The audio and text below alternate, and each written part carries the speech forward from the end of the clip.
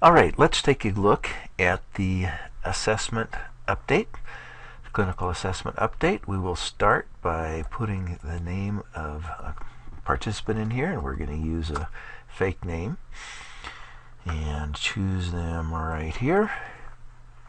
And then view record assessment. That'll take us to their assessment page. Now, since we know that we're going to be doing an assessment update, it would be a good thing to look at the assessments, because we're going to need to know when was the last assessment, or what is the assessment that we are updating. So the date here is 2/21/2014. Click Take New Assessment, and we are now going to choose from the drop-down list the Assessment Clinical Update 2014. This is the one that we're working on right now. And so we choose that, click Continue, and it will open up. Now remember that the assessment, the date of the most recent assessment was 2/21/2014, so we're going to put that date right in here before we forget it. And you actually can type and tab to get through those kind of easily as well. Ordinarily, we would not be updating an assessment so soon after it was done. But the first thing we need to do is choose why are we doing this. Well, let's assume maybe we've got some new information that we're going to need to add. Then we scroll on down, and we need to now choose what is it that we are going to update. And we can choose any of these, and any that we choose will then show up down here. And we can also notice we can choose to update the addenda, sections of the addenda as well. So we've chosen the ones that we want to update. We put in some information in these. Of course, this is gibberish, but at least it'll give us an idea. We also can't submit it unless we fill something in here, because these are required. You can tell they're required because they are yellow. And then where did we get this information? We'll say it's from the individual served.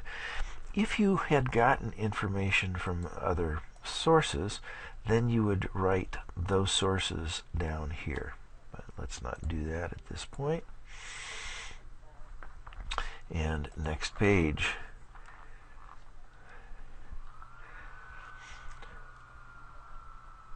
Now you may want to do these in a slightly different order than the way they're set up. This interpretive summary is kind of pulling together everything that you wrote on the first page in these boxes right here, and the diagnosis, and the treatment recommendations and the needs. So you might want to leave this until last, but this isn't required, and so you will need to fill it out. Now, if you have a change in diagnosis, you would check either the fact that you're going to add a DSM code or an ICD code. And if you check either one of these, then one of the Axis 1 and one of the Axis 2 diagnosis sections becomes required. Remember that you do have the option of putting in the no diagnosis code 799.99, I believe. And if there is not a diagnosis in, for instance, on the Axis 2. If, however, you check no change, then these are not required, and you won't fill those in. You can fill in the GAF if that's appropriate. Then we come to this question here, prioritize needs. Are additional recommendations clinically indicated? In other words, are there some needs that need to be addressed that were not identified in the previous assessment? If you click yes, then at least one of the needs will need to be filled in.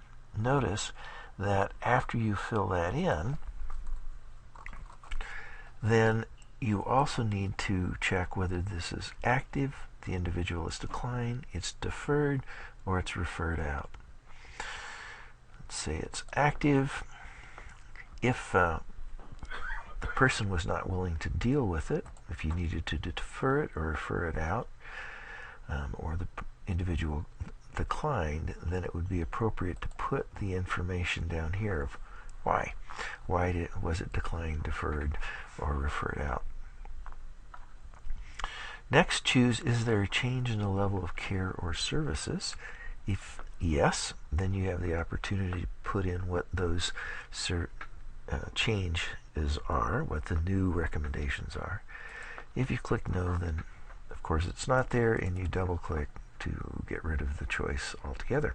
However, notice the yellow so that we are going to need to check something because this is required. Then comes a very important question, and we're going to talk more about this in the training, about when you need to do a new service plan or a new ISSP. If you check yes, then you're reminded that you need to complete a new ISSP or ISSP review revision form. If you click no, you don't get that information pop up. And then, of course, you will need to sign this, put in your credentials,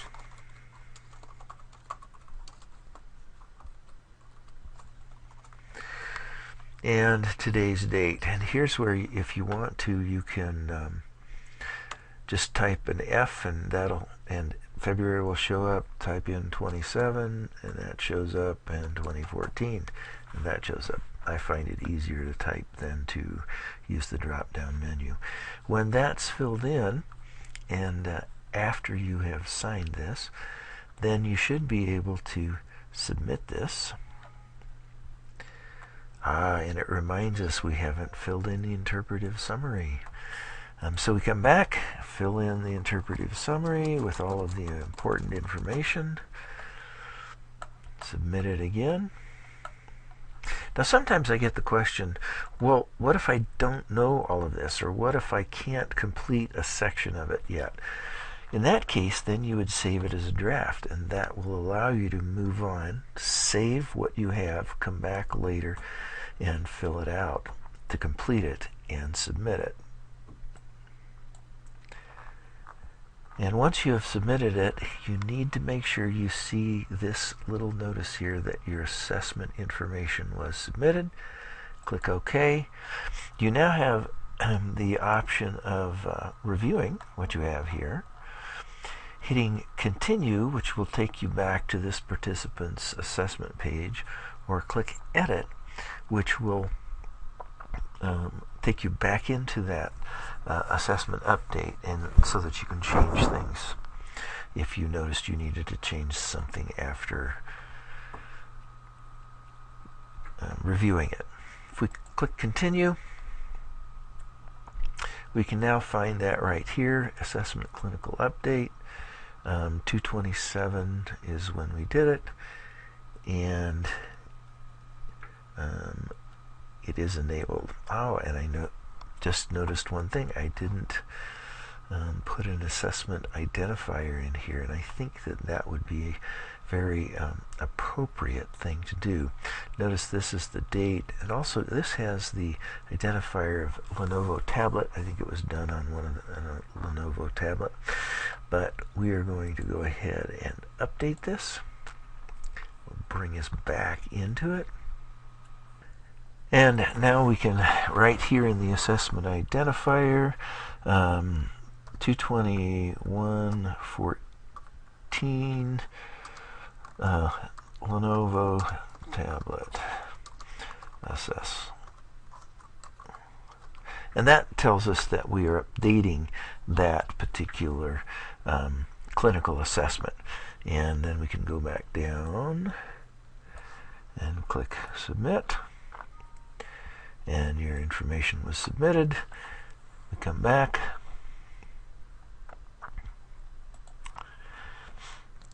To the assessment page for this participant, and here it is. Here's the update, and the identifier, it tells us we're updating the 221 Lenovo tablet assessment.